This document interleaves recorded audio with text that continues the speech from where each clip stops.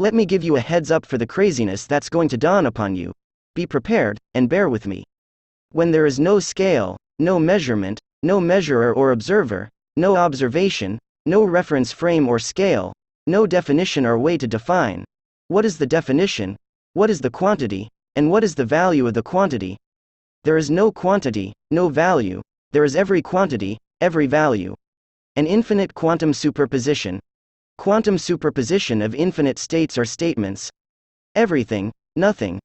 How is any particular definition even possible? How will you even define as this or that? This craziness is what it eventually means, and what it leads to when we speak of crazy things like quote-unquote Big Bang and things like quote-unquote, before Big Bang, before everything. Yeah, I know what it sounds like. Contradiction, no sense or nonsense. Well, contradiction is the key, it is the basis. It is the basis to all consistencies, and to all urge for consistencies, and eventually to the absolutism itself. But it isn't even that. The fundamental is yet to come. Just bear with me on this crazy journey. This quote-unquote, Big Bang, is not just about the beginning of this universe. It is more fundamental than that. It's an idea. There are theories that deal with questions like what was before the beginning of this universe. The answers may be just another universe, or some larger parent universe, or cyclical or multiverse. But that deep idea inherent in the term Big Bang, regardless of whatever original reasons or purpose it was coined for, is a very fundamental one. When I say Big Bang, it's not just about the originally proposed Big Bang theory or term, it's about the very basis of existence that we're all trying to understand and find. Be it eternal cyclical universe or eternal multiverse, be it the very fundamental laws of nature or anything, the question, then where did that come from, and why does it exist in the first place, will always remain. No answer, and no amount of answer is going to get rid of that. In that sense, Big Bang is unavoidable, and is eventual and inevitable. Maybe that question itself or that question mark itself, that no answer is the most fundamental? Big Bang is the spatio-temporal equivalent of what is the very first thing, and what is primary and the basis. The spacetime equivalent of the idea of basis, the ultimate, the necessary, corresponding to our spacetime block, is the universe itself. The approximate 13.8 billion years early event, corresponding to our universe, inherits the same fundamental idea of the very basic entity. No matter how we deal with answering the fundamentals of reality and existence, we always end up with something eventual, something that is the basis of all, be it spacetime or spacetimes, laws of nature, the why in the question why there is something rather than nothing, some sort of mother reality and simulator, God, information, infinite regression, whatever, that idea of basis, the notion of the ultimate, the absolute, is at the core of every existence. That principle of Big Bang, the very eventual thing, the basis, pervades all existence. It's all about absolutism, the search for the ultimate, infinite, absolute existence. And this is not just in time, or space-time. This is about the entire existence-verse, everything. However, the answers, or recognition of the ultimate basis as something like the Big Bang of our universe, or existence just as a brute fact, are underwhelming and even unsettling. This may be because, first, these are newer concepts and answers when compared to the other ideas throughout the human history. They may be understood by few, and therefore not understood by many, which therefore may be untrustworthy for many. For many there's a sense of uncertainty, and like every new thing, change is undesirable and is resisted for the sake of absolutism. More so with the fundamentals of existence itself. It's unsettling because there is no guarantee of an infinite existence, or immortality, more so for those who don't even understand them. We, not just humans but any existence, always prefer the absolute. Existence wants one thing, to just exist, everything else follows.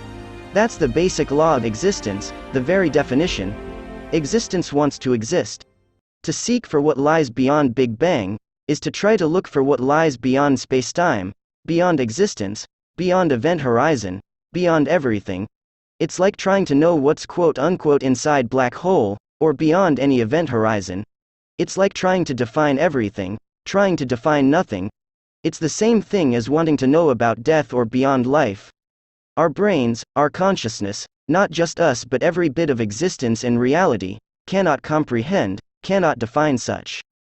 This is because there is nothing to comprehend or conceive, nothing cannot be comprehended, everything cannot be comprehended, not even this, and so on. This is infideception, infinite layers of, are layered, in definition. But it wants to. We want to figure out what's behind that event horizon curtain of black hole, and beyond the Big Bang. Therefore we love life after death ideas, concepts of eternal existence, cosmological Darwinism, ideas of space and time interchanging roles beyond black hole event horizon, ideas of time or space-time travel, ideas of black holes' interior being portals or wormholes to other regions of space-time or to other spacetimes or universes, ideas of ER equals EPR, Einstein-Rosen bridge, ideas of cyclical universes, or parent universes or multiverse. Existence loves things like conservation of this and that, ideas of conservation of information.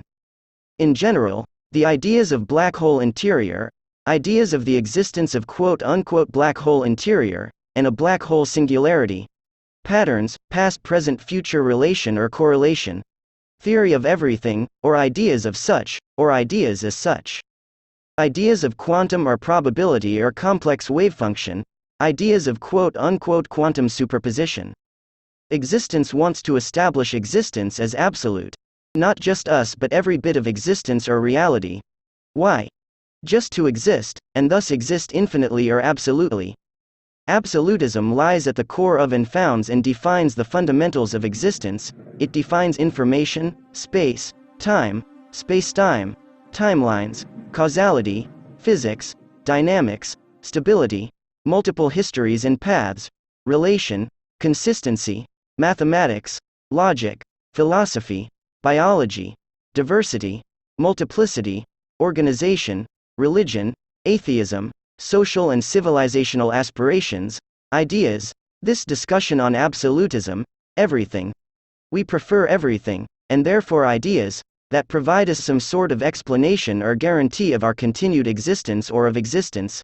This urge and gut desire to exist, and therefore for certainty of existence, is what drives and fuels everything.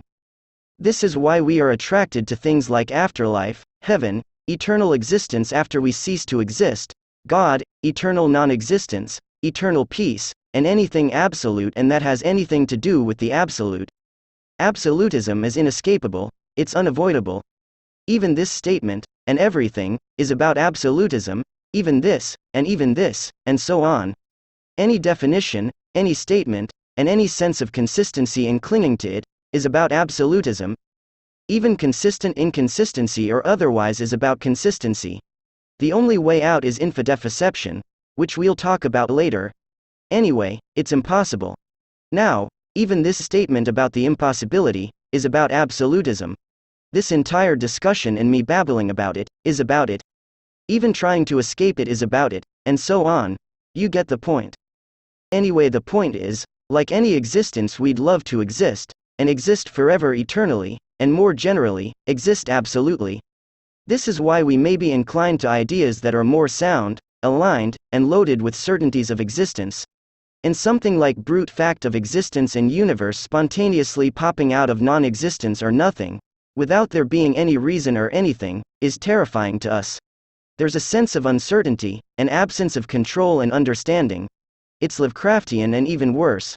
There's a lack of picture, blank and dark, and even worse, incomprehensible, indefinable.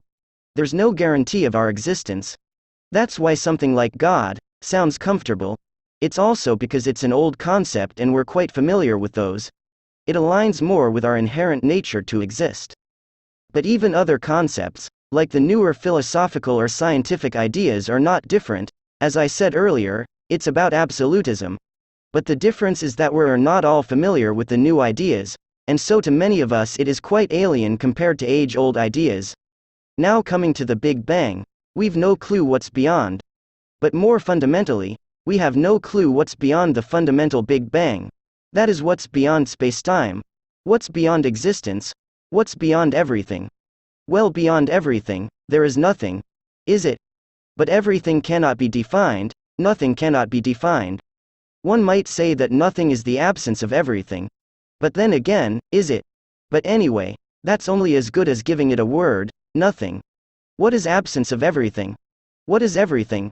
We can only know or understand or perceive nothing in terms of something and as something, and that word, nothing, or the definition, absence of everything, is just that. Absence of everything, nothing, is undefinable. There is no measurer, there is no observer, there is no measurement, there is no observation, there is no scale, there is no reference frame. We cannot even utter a word about nothing. But then, by that, we cannot even state this, not even this, not even this, and so on. I hope you get the point. This is infodeception. Now, because we cannot state or make later statement about nothing, the earlier statement about nothing is justified. But then again, the earlier statement cannot be made and isn't justified, and so the later is, and so on. This is infodeception. Everything is a state, everything is statement. When there is nothing, there is no reason. There is no reason for anything, or any particular thing. There is no any reason for any state or statement of existence. There is no reason for any A. Now, because there is no reason for A, any other state or statement B, which is just not A, is justified. Hence B equals NA exists and is true. But B or NA is just another statement.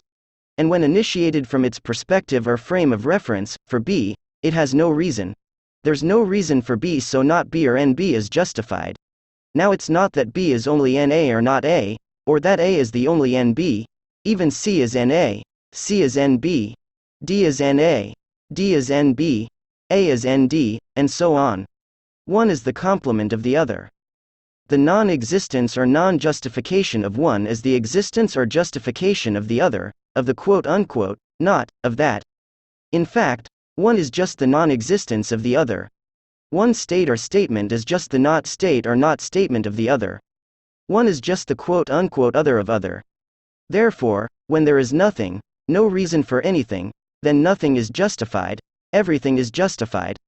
This is because nothing is everything. For entities or state or statements, each complement or quote-unquote, not, of other, nothing is everything. The events, that are the fundamental quantized units of spacetime, of our existence, are special cases of the states or statements of the statement verse. Each event the complement, or quote-unquote not, of the other. Therefore, each event exists and is the existence or existent for itself, and does not exist for the other and is non-existence or non-existent with respect to the other. The spacetime block is just a special case of statement verse, each event a universe in itself and with respect to itself. Similarly, the universes in a multiverse is a special case of states or statements, and multiverse a special case of statement verse. The multiverse equivalent is the spacetime block, in a quote-unquote single spacetime construct. Depending on the information in the state or statement, the states take the role of single spatial point or event or location, temporal point or event or location, spatio-temporal event, timelines, spatio-temporal lines, universes, even multiverses, even multi-multiverses, and so on. It's not that something comes out of nothing, something is nothing, nothing is everything.